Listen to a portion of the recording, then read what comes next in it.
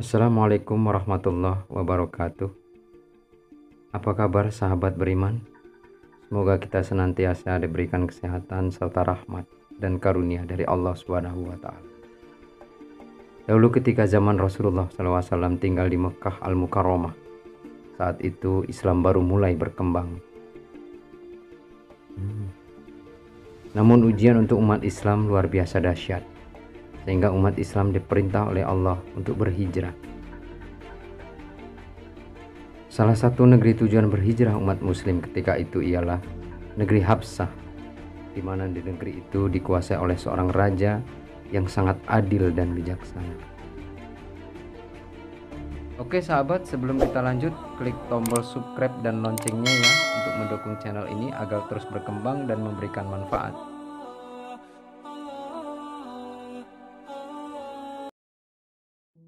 Dan salah satu wanita soleha yang ikut berhijrah ialah Ummu Habibah binti Abu Sufyan. Sedangkan ketika itu ayahnya Abu Sufyan sangat memusuhi Islam. Awal perjalanan hijrah ketika itu menyisakan kepedihan yang mendalam bagi umat Islam. Mereka mesti berpisah dengan anak saudara. Namun demi mempertahankan keimanan dan mentaati perintah dari Allah Subhanahu wa taala dan Rasul-Nya, mereka pun melaksanakan dengan taat. Dengan segala resiko yang akan dihadapi, bahkan kehilangan nyawa sekalipun. Itu pula yang dirasakan Ummu Habibah atau Ramlah binti Abu Sufyan, yang ketika Islam hadir, Ummu Habibah adalah termasuk orang yang pertama memeluk Islam. Meskipun harus berhadapan dengan sang ayah yang ketika itu sangat memusuhi Islam, namun tidak menggoyahkan hati seorang Ummu Habibah. Beliau hijrah bersama dengan suaminya Ubaidillah bin Jahsy. Ummu Habibah berhijrah dalam keadaan mengandung.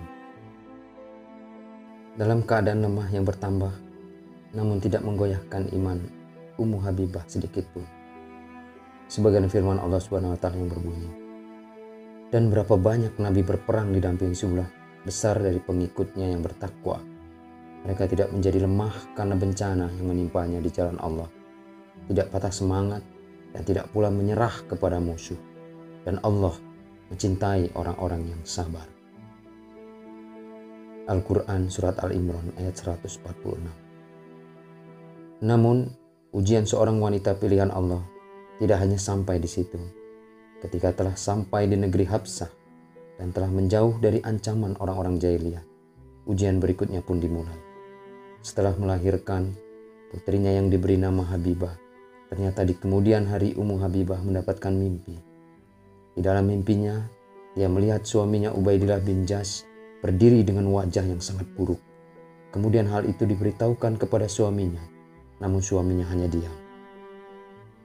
Keesokan harinya, ternyata suaminya murtad dari agama Islam dan memeluk agama Nasrani dan bermaksud untuk mengajak Ummu Habibah turut serta.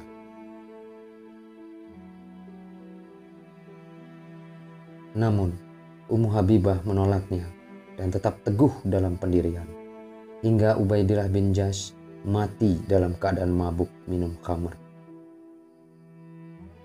Hal ini menambah kepiluan bagi seorang Ummu Habibah di saat menjauh dari ancaman orang-orang jahiliyah di Mekah. Namun di kemudian hari, ia harus hidup sebatang kara dan menghidupi anak perempuannya seorang diri di negeri orang. Amat berat bagi seorang wanita apabila diuji dengan hal yang demikian.